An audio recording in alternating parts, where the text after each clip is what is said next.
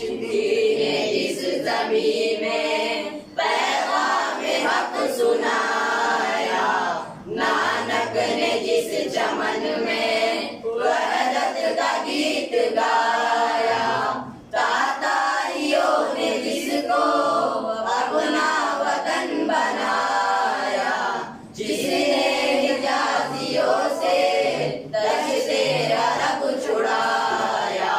मेरा वतन वही है, मेरा वतन वही है।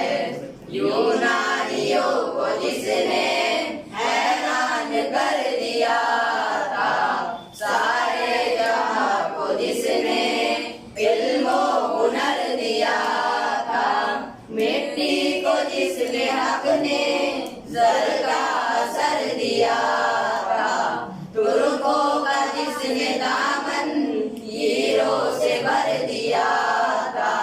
मेरा वतन वही है, मेरा वतन वही है।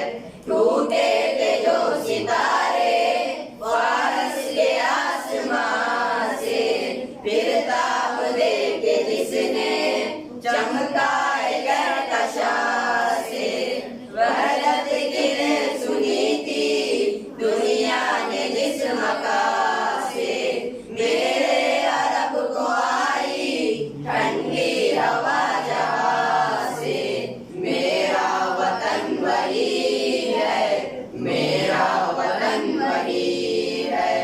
वंदे कलीम जिसके पर्वत जहां के सीना, नूरे नबी का आकर ठहरा जहां सफीना, रफ़अत है जिस ज़मीं की बामे फलक का सीना, जन्नत की जिंदगी है